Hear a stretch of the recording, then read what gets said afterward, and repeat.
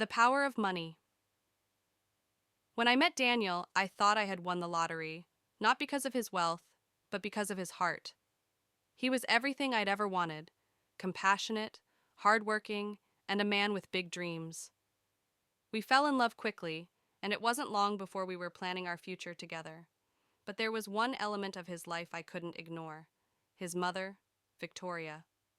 Victoria was an imposing woman, not just in stature, but in presence. She was a powerhouse in her own right, the widow of a man who had built an empire, and she inherited both his wealth and his ruthless attitude. From the first time we met, I could tell she disapproved of me. I wasn't born into wealth. My family lived a modest life, and I had worked hard to build my career as a schoolteacher.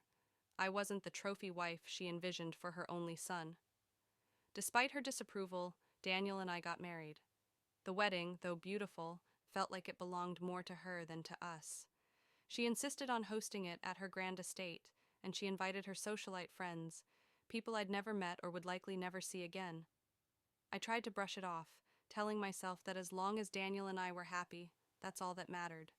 But deep down, I felt the cracks forming even then. Victoria had always been a looming presence in our relationship, but after the wedding, her interference escalated. She began showing up unannounced, criticizing everything, from the way I decorated our home to the way I managed our finances.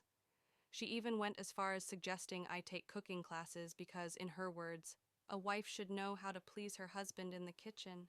It stung, but I kept quiet for Daniel's sake. I didn't want to put him in the position of choosing between his mother and me. But the real problems started when we began discussing having children. Daniel was excited about the idea of starting a family, but Victoria was horrified. She made it clear that she didn't think I was fit to raise her grandchildren. "Your background isn't suitable for raising a child in our family," she said coldly one evening over dinner. "You come from a world of mediocrity, and I won't have that passed down to the next generation." I was shocked, but what hurt more was Daniel's silence. He didn't defend me, he didn't say a word, he just stared down at his plate, and I realized then that my husband wasn't as strong as I had once believed. Victoria's influence over him was far more powerful than I had imagined. The tension between us grew after that night. Daniel began spending more time at work, avoiding the growing conflict between his mother and me. I could feel us drifting apart, but every time I tried to talk to him about it, he would brush me off, saying, "You know how she is. Just ignore her." But how could I ignore a woman who was actively trying to undermine my marriage? Things took a drastic turn when Victoria began to use her wealth as leverage.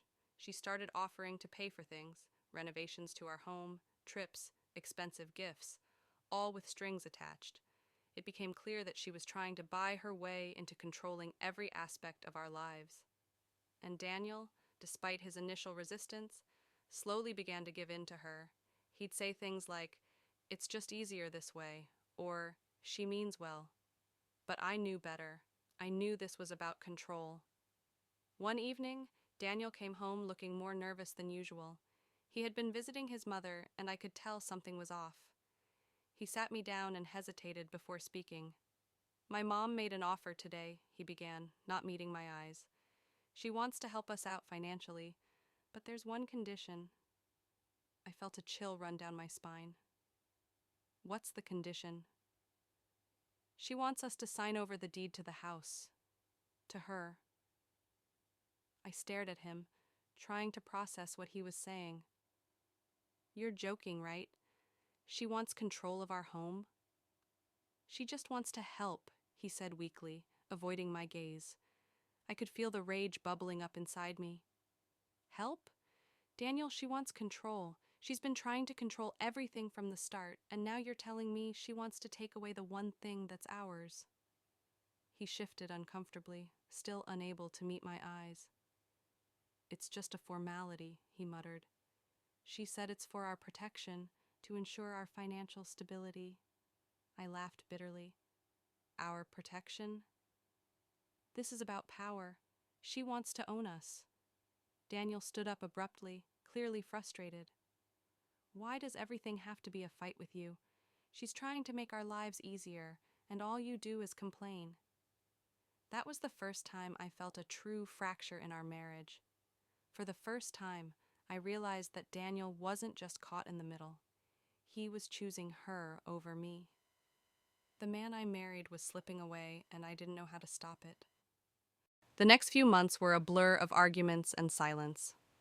I tried to reason with Daniel, to make him see that his mother was manipulating him, but it was no use. The more I pushed, the more he pulled away. He started staying out late, coming home after I had already gone to bed. Our once happy home had become a battleground, and I was losing. Then one day I came home from work to find my bags packed by the door. My heart dropped as I saw Daniel standing there, looking pale and defeated. "I think it's best if you leave," he said quietly. I stared at him, unable to believe what I was hearing. "What are you talking about?"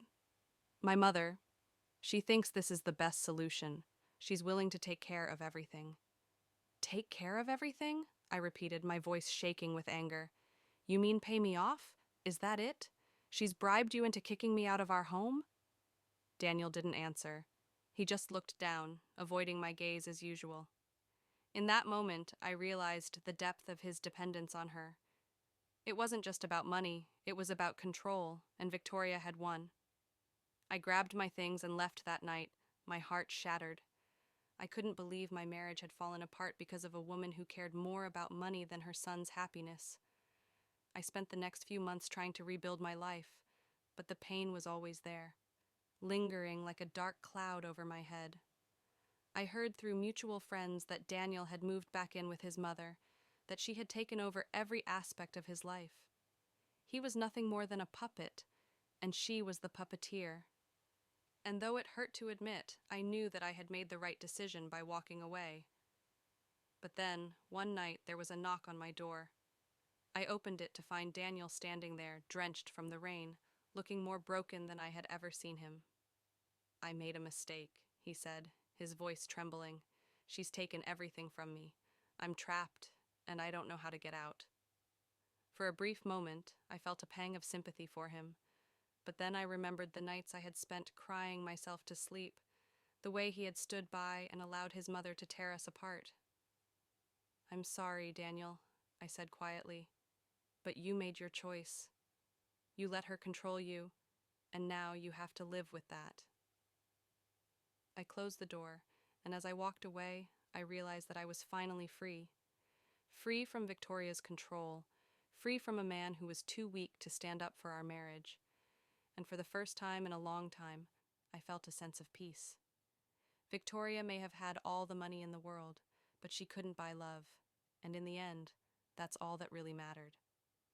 In this emotional tale, a woman struggles to maintain her marriage as her wealthy and controlling mother-in-law Victoria manipulates her son, Daniel, with the power of money. Over time, Victoria's influence drives a wedge between the couple, leading to betrayal and heartbreak. As her husband succumbs to his mother's control, the protagonist faces a difficult choice: fight for her marriage or walk away. Ultimately, she learns that love can't be bought, and true freedom comes from letting go.